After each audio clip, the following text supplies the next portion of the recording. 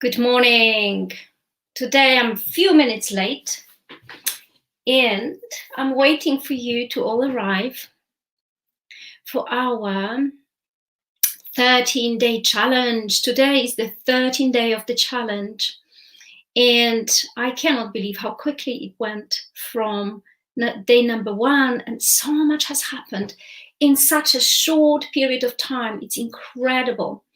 So let me set all my things in here as I'm waiting for you, waiting for myself to appear on the computer, and I haven't yet.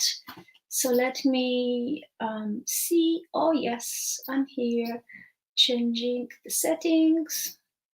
Do you know, I have learned so much about technology in the past 14 days. It's incredible.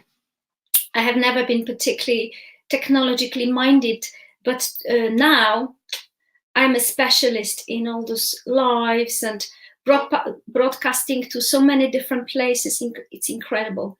So talking about doing something out of your comfort zone, that's definitely one of those things that I have done. And it has grown me profoundly and deeply.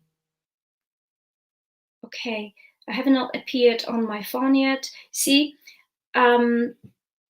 I can see myself on one computer, but my phone where I see your comments is not visible. So I'm just going to give myself one last click here. No, okay. That's fine. And I see the comments here. Oh yes, perfect, perfect, perfect. Okay, good morning, good morning. Lucky 13. Yeah, today is the lucky 13 day. Absolutely. Who believes that 13 is a lucky number? I believe that every number is lucky. Okay, perfect. Have I got myself here? No? Today it's a very important day, my darlings, because we're nearly at the end, and today I want to do things slightly differently. First of all, I want to tell you that tomorrow is our last day. So a part of my teachings, you could say, or sharings with you, one of the important things I would love to do is to do questions and answers. So if you actually, and I will do a special post which will say, put your questions and answers here, because you've been writing different questions in different places. And I would very, very, very, very much love you to write them in one place. And I will, apart from doing anything else I'm doing tomorrow, I would love to answer all your questions. And so today we're going to start with the picking the lucky winner, okay? And then we're going to go into the important subject of today. Good morning, Kasia, Eva, Beb, and who is the lucky winner today? Who's going to win a place to my course on the 19th? Okay, so the person, and I really, for some strange reason, I knew that this person is going to win. So there we go. So she won. So the person who won is Esther Balagon. I'm not quite sure how to spell your name, how to pronounce your name, darling. This is, but anyway, it's Esther. And I'm going to send you a message after this live is finished. Yeah. Okay, so let me see if I can one last time check if I can see myself on my phone. No, okay. So I will, sometimes I will have to be looking at your comments this way, which is absolutely fine, I hope, with you. This is a hugely important day, cycles of time. There is a particular cycle of time today, last experience in 1284, 1284. Gary, could you tell us actually more about that? Could you write more? Why is it important? And what is important for us to do today specifically? And what do we need to keep in mind? Or is there any actions that we should take?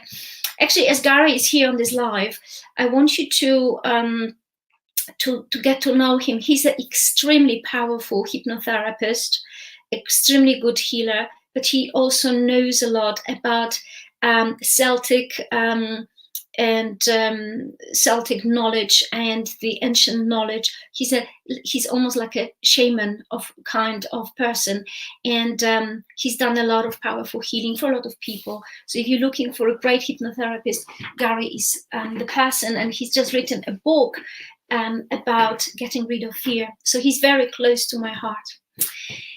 Okay. Yes, it is a public live, Marek. Thank you so much for asking. And I am going to start with the subject for today. So today's subject is how to change overwhelm into peace. And the reason why I have started, why I've actually changed the subject last minute is because yesterday was a very strange day for me. When I say strange, I don't mean bad, but a day, one of those days where everything goes slightly pear-shaped. And even though I had such an amazing life in the morning, and I had, when I left the live, I was on cloud 9. I felt amazing. I felt peaceful. I felt expansive. And then a few unexpected things have happened. And I went back into my overwhelm, which I sometimes feel when certain things get triggered. So if one thing goes bad or two things go bad, I can sort of handle it. But if more things go out of sync, I go into my very well-known space of overwhelm, which we obviously know. And in my particular sort of situation, it is always about not having enough time. I won't have enough time to do something. And then before I even have time to think about it, or logically, I go into a very well-known pathway. And it's actually a neurological pathway because I've been there so many times, and my brain knows it so well that if a specific trigger takes place, you get catapulted there within seconds, okay? And I wanted to ask you, have you all ever been in this place where everything was going well and then something happened, you got triggered, and you went back like 20 steps backwards? And so it is very important to recognize that those moments of overwhelm will always happen. And the question is today that I have for you, how to prepare yourself for those moments of overwhelm, which will happen even when everything is going well. How to prepare yourself in a way that when those things take place, you can move back into a place of centeredness and peace and serenity and action and solution-oriented thinking, rather than going into a place of frozenness where actually it's not easy for us to think clearly, make decisions, and we piss other people off around us, because what it may end up looking like or feeling like is anxiety, shock, trauma, extreme sense of grumpiness, fear, and being unable to do anything. So most of the time when people are feeling overwhelmed, they do things that they would not normally do. When they are feeling peaceful, they would reach for foods that are not good for them. They will, yes, Dora says, sure, Gosha, it happened yesterday to me too. Horrible, right? And like, in fact, Dora has left me a message, and there was so much going on in my life that I was not even able to listen to all of it and respond to her because the list of things were going slightly pear-shaped, was getting longer and longer. And Fran is saying, great question, Gosha. How do we prepare ourselves for moments of overwhelm to be able to return to serenity? And Maggie's saying, yes, I've been in this place lots of times. And so I want you to know that even though I'm doing this live, and yes, and my life is miraculous, and I'm feeling better now than I've ever felt in my life, those moments of overwhelm come. And even though I was going to talk about slightly different things, I was thinking, yes, I'm talking about miracles, but those people are going to have any day now a shit day, and they're going to be upset, shocked, disappointed, and we need to be able to get out of that space so we can continue on our path of miracles. And the overwhelmed state is terrible. It feels so uncomfortable, because what happens, you see, is we are the furthest from our soul that's possible.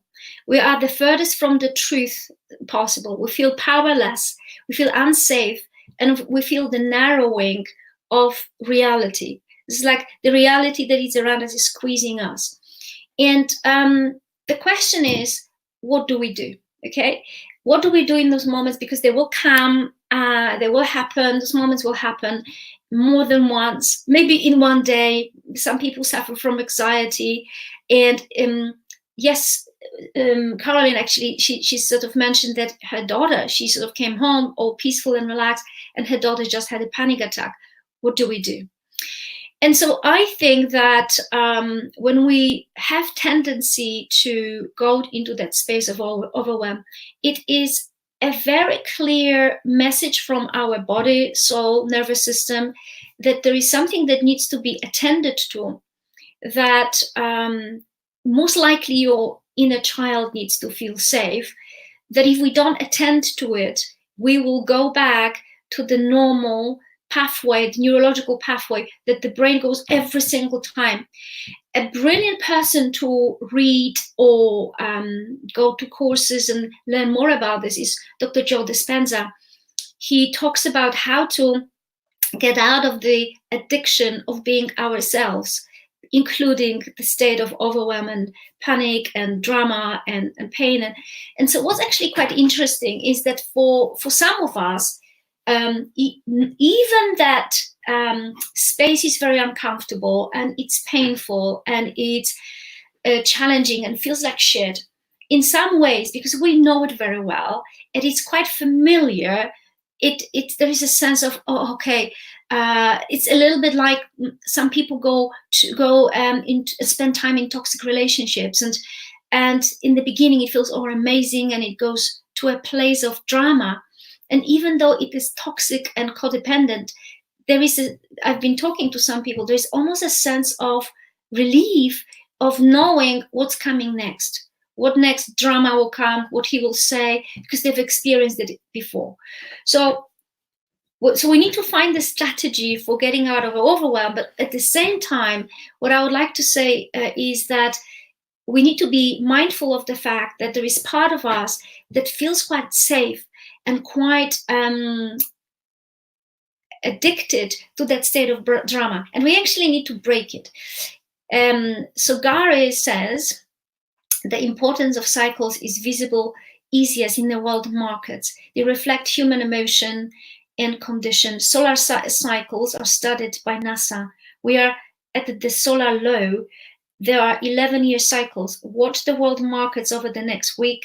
Astrological cycles are coming together too. All cycles are about energy. In isolation, they are perhaps small. Together, they are powerful. Links with what you are saying. The markets are likely to shoot up, then return back down rapidly. Great heights and great lows in emotions. Okay, so there we go. That's what happens. But can we be? So we are affected by the moon, by the external situations, and all the drama in the world, and the Brexit and all of that. But how do we return to our deep sense of security, serenity, and peace? So that's the question. How do we return to it? And so what I'm going to share with you today is essentially something that works for me. And I'm going to give you a few little tips for what has worked for me and what for my clients. But bear in mind that you don't have to do all of it you just need to find one thing, because we don't really have time to go through long-winded strategy if those things take place. And so it's good to prepare yourself when you're feeling actually very good, because when you prepare yourself, when you're feeling good and peaceful and grounded, you have this space till something happens to take yourself back into a place of serenity. Essentially, what we need to do, we need to create a new neurological pathway for the brain not to actually go into that place too readily. And if it does, it just goes for a few seconds and it gets rerouted to a different path. So changing the habits, breaking the in NLP they call it a pattern interrupt. And I remember a very interesting story of Tony Robbins, actually, in one of his courses, where this woman was sort of going and saying, oh, my husband is terrible, he does this and this and this. And Tony says, yeah, tell me more about this. Yeah, tell me more about this. And the person was saying, oh, he's terrible. And he took a glass of water and he went on her face, and she went like, what the fuck? Well, what did you just do? And she was completely shocked. And Tony says, oh, I'm really, really sorry. I don't know what came over me. Just carry on talking. Please tell me how bad your husband is. And so she started speaking again, exactly the same story. And he went, phew. And she just basically couldn't go back to her old story. He interrupted her pattern of going into the same place, saying the same things. It's almost like a trance of a drama, a trance of a story. So going into overwhelm, it is a form of old trance and old story. And I recommend that we find ways to break it and or to shift it into peace, okay? So now, how do we do that? Now, I'm going to give you a few steps, and I would love to know, how are you actually dealing with it yourself? What makes you get out of it quicker than 10 years ago or 5 years ago? Do you have a secret suggestion? Gary, do you have a secret suggestion? You are a very grounded man, so I would love to hear from you and all of you.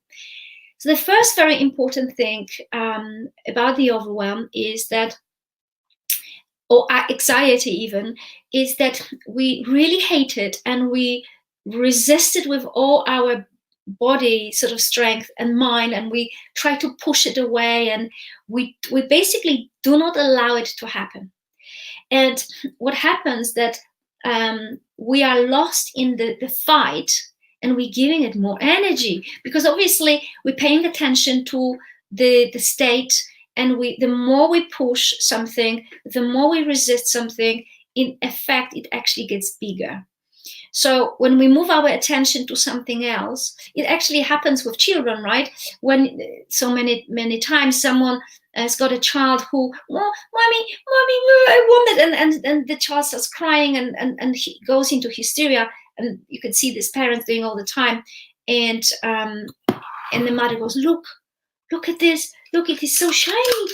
Look, this is so beautiful. And the child forgets about the drama, reaches out and goes, wow, I love it. Can I have it? And it's all excited and it's forgotten about the drama. So the mother sort of gently reroutes the attention to a different place. Now, and we can actually do that. But before we do that, what I would recommend is to attend for a moment to that part of us that it's completely overwhelmed and it's shutting down, it's freezing, and there is no energy flowing. It's actually freezing into nothingness. And what will be extremely important to do is to go into that place even deeper, just for a few seconds. And it may be 2 or 3 seconds, or it may be a few minutes. And see, what happens is that when we attend to it and we give it space, and then we have to become spacious, more spacious than we have been until this few seconds ago, to allow the space for that drama to unfold. So then you become a bigger person, because you have to step back for a moment to allow that whatever is happening to happen, and to give that part of you some sense of love and attention and hearing and seeing. And so one of the bad things that we sometimes do, and we have a negative emotion, we try to fight it, analyze it, or we tell ourselves off, we go into shame and we go, fuck, I've started feeling like shit. Woo, and we get angry and we give it more attention. Now, what about if we do this little exercise? And I'm going to actually take you into this little exercise right now, is to, for that moment, to allow this thing to be the way it is. Just for a few seconds, just for a few milliseconds, to allow this place to be exactly the way it is, for you to feel exactly as anxious as you do, for you to feel exactly as worried, as panicked, as terrible as you are. You see, when we do that and we embrace that feeling, or we give it attention, but in a different way, in the sense of allowing, some miracles start to happen. Because it's a little bit like this. Imagine if you were a child and something terrible was happening to you. You were too cold, or too hot, or you needed to go to a toilet, or you were scared, or you've just seen a ghost or whatever, and you need attention, and you cry out of your head loud and clear, but nobody takes care of you. Or even worse, when the parents say, stop crying, shut up now, and go to your room. And what happens is that part of you that absolutely feels is the end of the world, it's not attended to. So yes, you can change your attention somewhere else and go, look, blah, la, la, la, la. But before you do that, what I suggest is to give that part of you enormous amount of attention and love, and not stay there too long, but just for now, could I allow this to be the way it is? And can I let go of wanting to control it, to change it, to push it, to speed the process of healing up? Just sit with it. And a lot of therapeutic interventions just actually do that and nothing else. But I'm just going to give you more elements that actually work. What would happen if you just for now, just for a few seconds, allow that feeling that feels like shit, feels like the end of the world, narrowing of all possibilities, feels like I'm going to jump out of the window? What would happen if you give it some loving attention? So we're going to do something very quickly. It's going to just take a few seconds. I want you to think about something that feels to you like an overwhelming aspect of your life, somewhere that you feel like you spend a lot of attention on, fighting, pushing, trying to change it, trying to heal it, but it's not shifting and you essentially feel stuck. Okay? So so that's one aspect, and we're going to go to the next one in a moment. So just I want you to close your eyes for a few seconds and think about something that feels to you extremely annoying and overwhelming, and there is something that you don't easily shift quickly, but it's there. And maybe right now in your life, you're undergoing something that it's a big deal and you don't know what to do. You feel confused and conflicted. So what I would love you to do is to feel it, actually. Notice where it is in your body. Feel it. And expand your consciousness to a place where you can give that part of you a big hug and say to it, I see you, I hear you, and I love you. And just for now, let go of wishing to change it.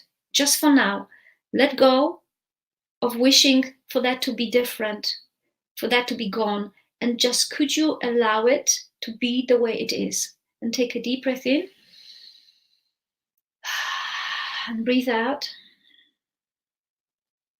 And again, deep breath in. Breathe out. And once again, give that part of you, that could be a younger you, give that part of you a huge amount of love, give it a hug and hold it in a loving embrace. So if there's this part of you that feels overwhelmed, hold her, hold him, and give it a sense of that you see it, hear it, and you love it. I see you, I hear you, and I love you. Okay? And then ask yourself, what do I need right now? In this very moment, what do I need right now? Okay? And open your eyes. And what I would love you to do is take another deep breath in, just shake your hands and look at me. So, what happened to you when you just for now allow yourself to embrace, to hold, to be for this moment with this energy of overwhelm, fear, panic, whatever? You would most likely notice that for a few seconds it gets bigger and then it starts getting smaller. And if you stayed with this for 13 minutes, 15 minutes, it will start getting lighter and lighter and lighter.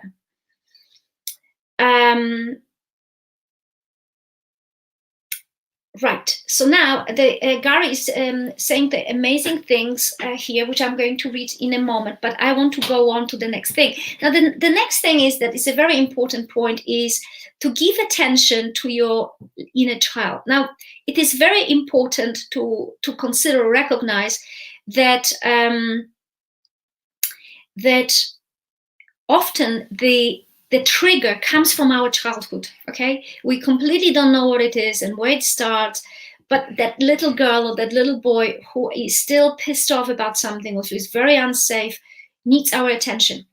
So one of the things that I would like you to do is to check in with the little girl or with the little boy and do exactly the same exercise we have done right now, but sit in front of the little girl and ask her, okay, how are things for you right now? How are you feeling? And speak to her. What is on her chest? What's on her mind? What does she need right now? Okay? And sometimes it is the slight shift to having a conversation. You may find out that the real trigger for what's going on right now may be very different. It's not what happened, but it's what it reminded you of when you were a child. Now, this is like a little mini therapy with yourself. And if the little child tells you that this is what really bothers her, give it to her. Visualize it, that she gets exactly what she needs in that very moment. Give her the comfort, the space. Now, a lot of people say that, of course, the mind doesn't see a difference between what's real and what's imagined. So if you imagine her getting what she exactly needs, even if it's 20 years ago or 30 years ago, she will feel that comfort and she will feel the relief. So we basically need to be our own parents right now, and particularly in the moments of overwhelm or fear or panic, or we need to take care of this little child inside and make her feel safe. But we need to build the sense of safety over the times when you're feeling fantastic, because it's difficult to tap into that place of safety if we don't have a neurological pathway for it. So the more we feel safe, the more we feel able to connect with our core, with our groundedness, the faster we're able to get there when we need to. Okay, let's have a little drink. I love you. Okay. One of the things that I would very much love you to do is to breathe. And the breathing, there's a lot of breathing techniques. There's yogic breathing technique. There is a lot of technique that's been developed by some scientists. And essentially, all of those things, the things that they have in common is that the breath is slowing down, and the breathing out is a little bit longer than breathing in. And the deeper the breath, the slower the breath, the deeper sense of calmness that comes upon us. And there is a lot of people even online today talking about how they can, within a few seconds, shift the anxiety into peace just with breathing. And so I'm not an expert in this field, so I'm not going to pretend that I can give you the answer. But please, if you are a person who resonates with this, go and explore the breathing stuff. But just for now, let us do this. I want you to take a deep breath in, slow and deep breath in into your belly. And then just breathe out very slowly. And then when you just breathe in again, right into your belly, expand the belly. And as you breathe out,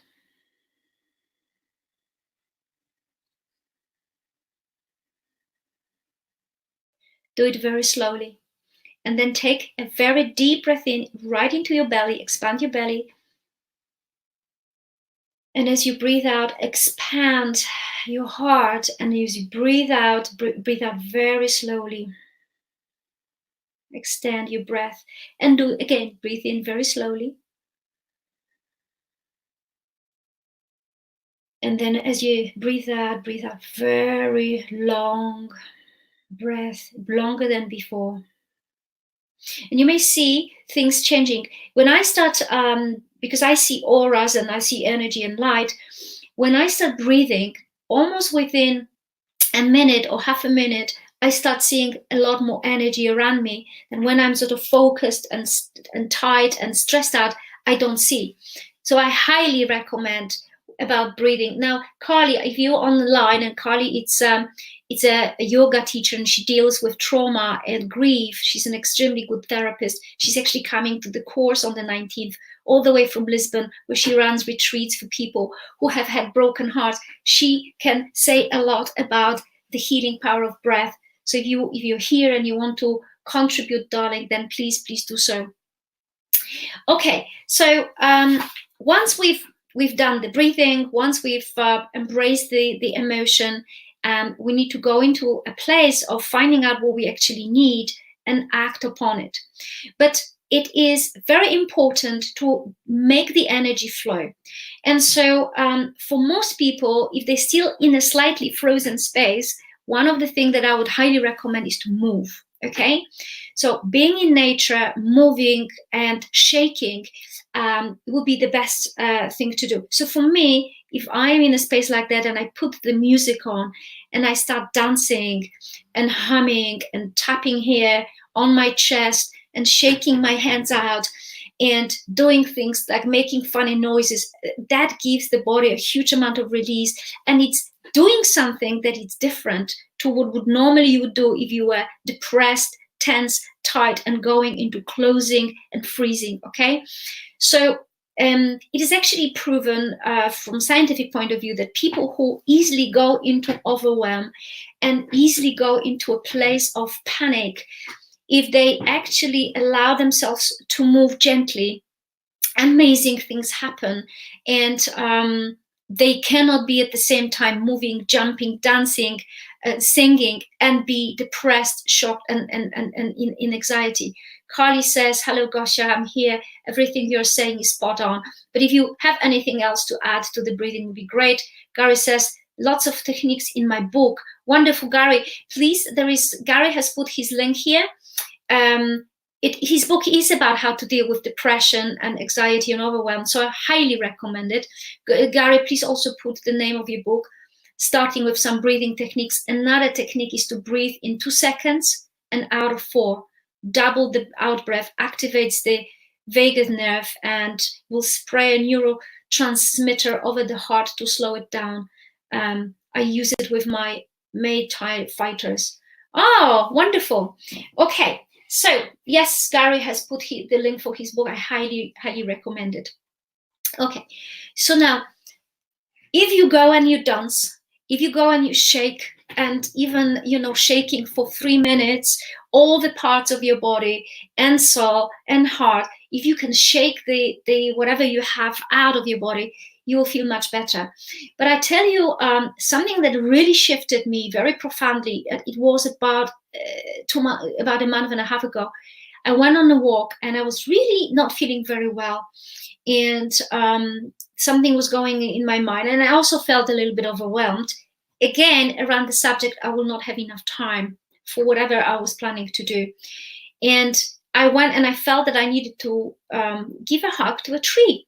And so I held the tree, and within probably 3 minutes or 2 minutes, my whole energy shifted completely.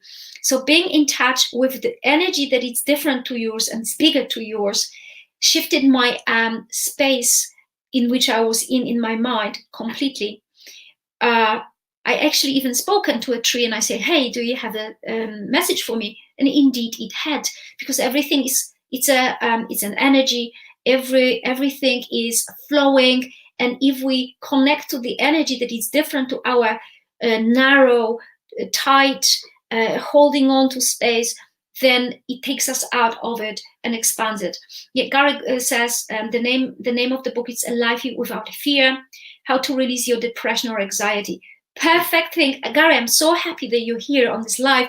Your intuition was spot on, because you see, in fact, I want to do an interview with you in the next few weeks, because what you've got is amazing and I want people to know about it.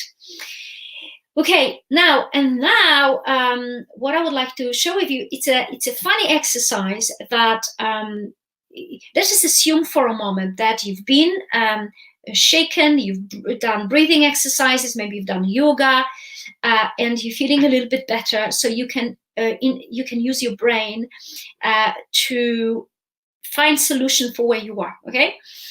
And oh, by the way, barefoot walking, it's amazing. And well, now it's a bit wet and windy and cold, although some people do barefoot walking still in the garden. They go and stand on the ground even, and they wash their feet afterwards. The ground, there is a film I would like you to see. It's called The Grounded. If you do see this movie, you will see the power of walking barefoot and holding your feet on the earth, even for a few minutes every day. It completely resets your energy and expands you. Dominica says, I love your morning lives, Gosha. You are the best. Thank you. This is very interesting. And I'm wondering how to continue this for you, because doing this every day in the morning, it's a big challenge. And exactly, it's a challenge for me, and I've done it and I love it.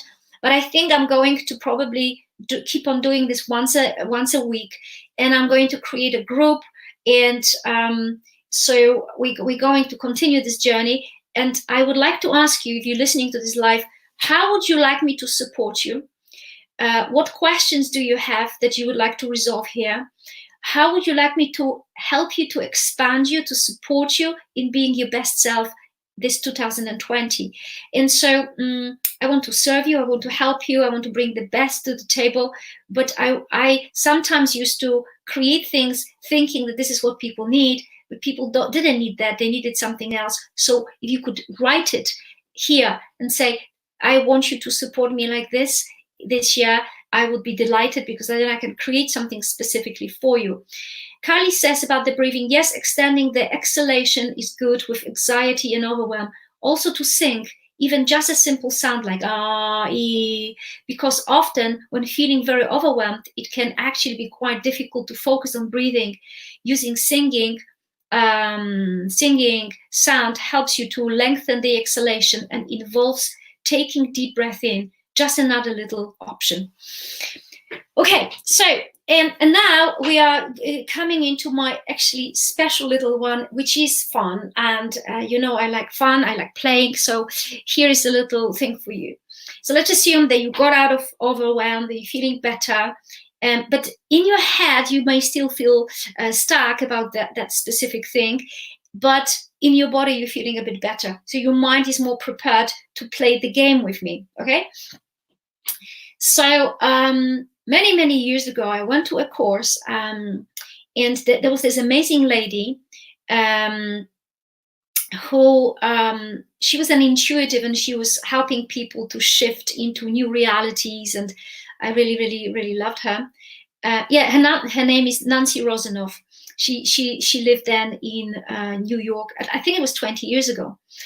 And she introduced to us this little game, but very powerful, called What Would You Never Do? What would I never, ever do? Okay. And what's actually quite interesting, that when we're going our normal paths, which are stuck, tight, limited, and we get annoyed with ourselves, this is the best time to do something we would never, ever, ever dare to do. Okay. Like you're scared of doing a live, let's say like this, and exposing yourself and looking like an idiot.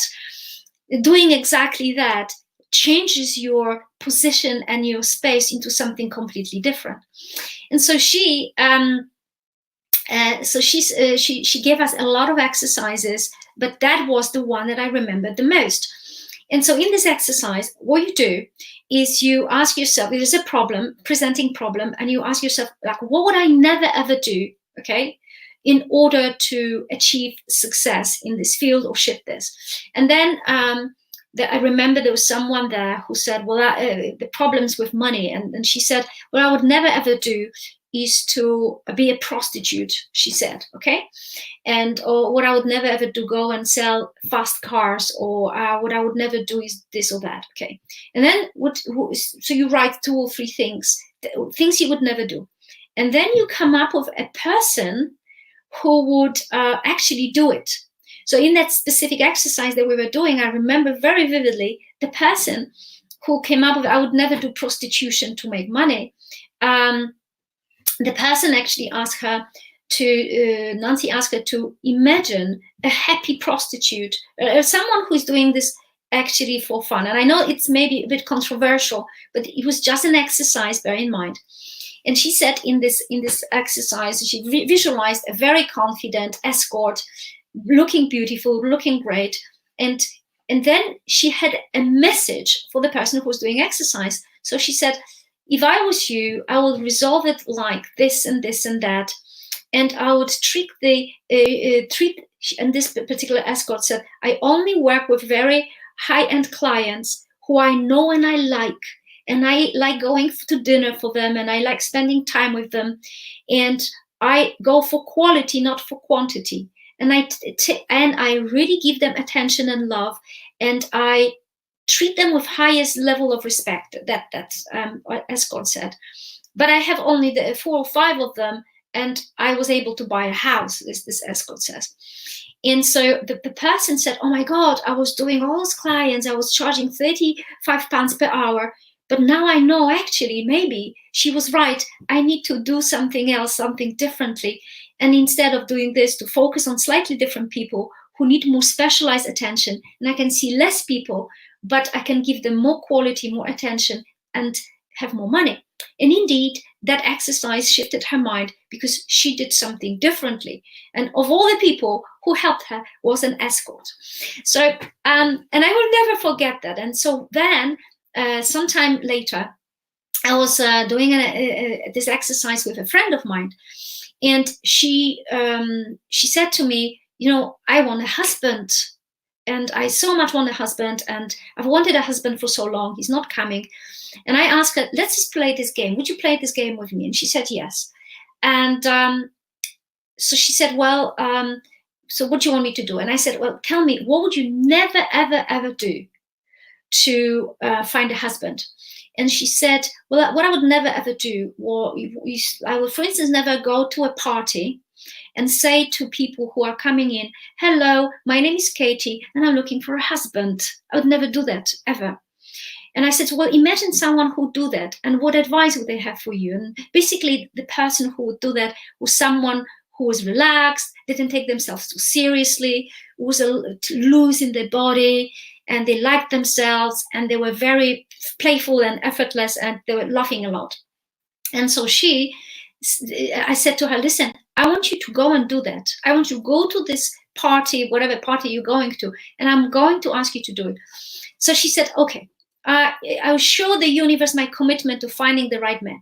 And so she goes to this party. She has a few glasses of wine. She's not drunk though, but she's, you know, tipsy, and she's laughing, and everybody comes in. She says, hi, my name is Katie. I'm looking for a husband. And some people are going, they thought it was joking. And some people are saying, oh, well, right, well, fantastic. Well, let me keep my eyes open, okay? At the very end of the party, sometime somewhere, you know, the very late evening, this guy comes up, takes her to the side, sits her down on the sofa, puts his arm around her, and he goes, listen, I want to say something to you.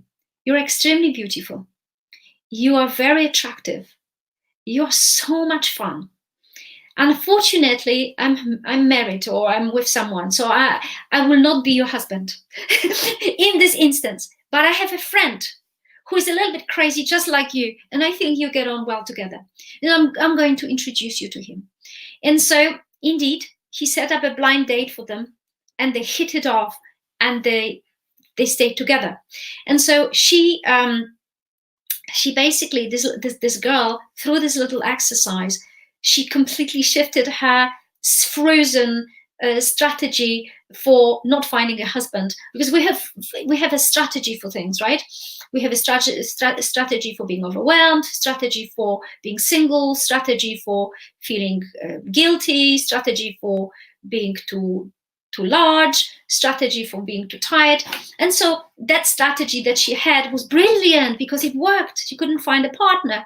And then here comes this game. I want you to take it playfully. And of course, if someone, I'm not asking you to actually go and specifically do it, because it may be dangerous. Like, I'm not asking you to be a prostitute if you are needing to make money, but do talk to that person who is doing it happily without any problems, and see if there is any wisdom in the very different way of doing things. Okay.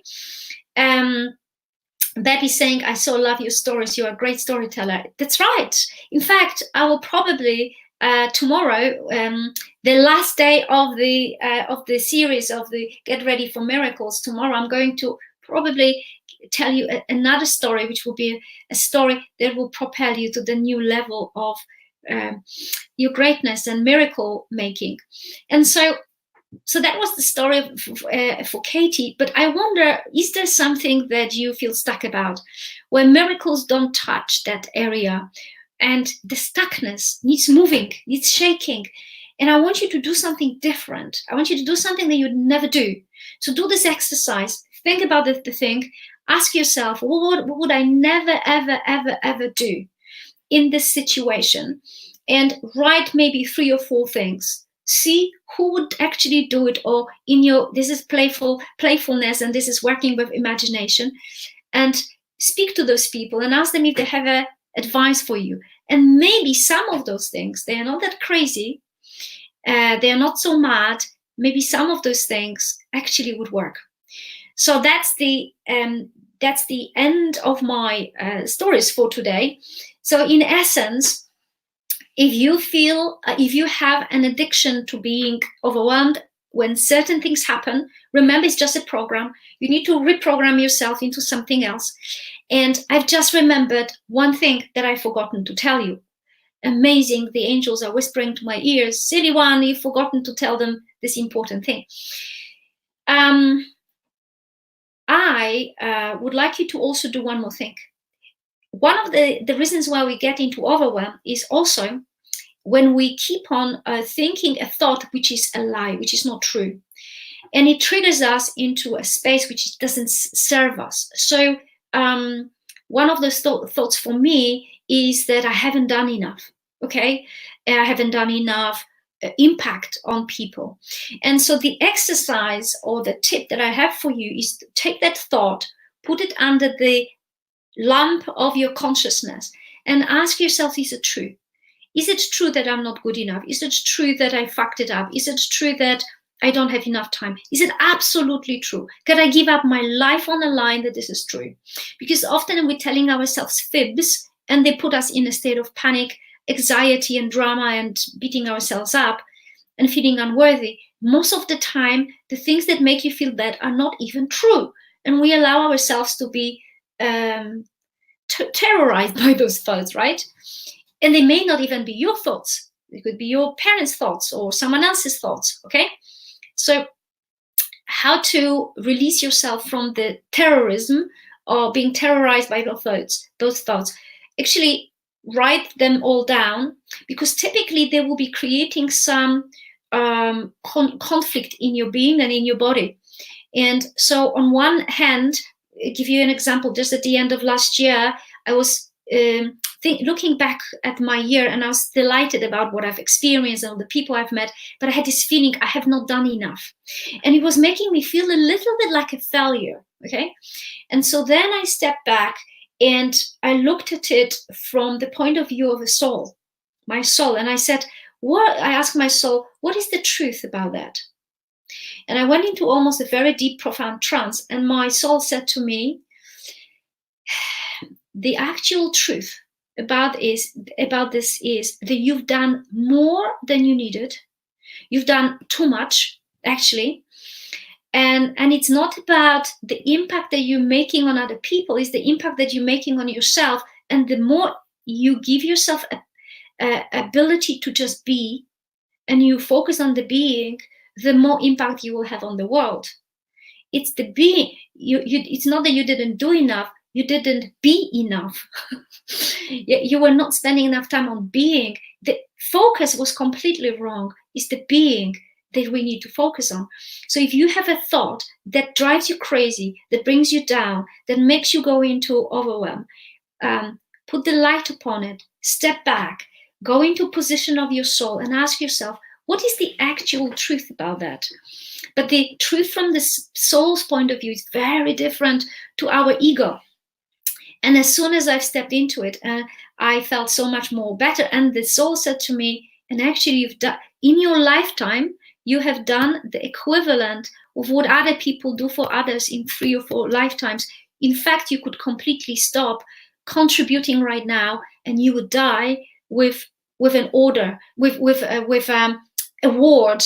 We give you an award for very lived life. You've done enough. This is not true what you were thinking. And so explore that and look at things with your truthful eyes and ask yourself, is it true? What is the real truth about it? So there we go. I have a client in a moment, so I need to get ready. But before we leave, please remember, tomorrow I'm going to pick the one last winner for getting the free ticket to my course. And so Esther, you've won the ticket. I don't know if you realize this. Okay, so tomorrow I'm going to pick up the last winner. Secondly, I'm going to answer your questions, so please tell me what questions you have. And read the comments, because a lot of people gave good comments, including Gary. Get his book, it's a brilliant book. And tomorrow we're going to finish the challenge, but I'm not going to disappear. I'm going to be doing more lives, maybe not every day, but once a week. So please, let's finish with a little meditation. Take a deep breath in and breathe out. Once again, take a deep breath in and breathe out. And another deep breath in and breathe out. And as you're breathing into your heart, go back to the space of gratitude for being here. For some of you have actually listened to all the lives. That means that it only means one thing, that you are absolutely, totally ready for miracles, and then you are a miracle, that you are in a place of creating the most incredible year, and your year is going to be miraculous. And as you're breathing through your heart, see the heart expanding, glowing in all directions, expanding and sending love ahead of the day, all the way to the rest of the day, to the evening, and to your sleep time, with blessings of the most delicious, incredible time.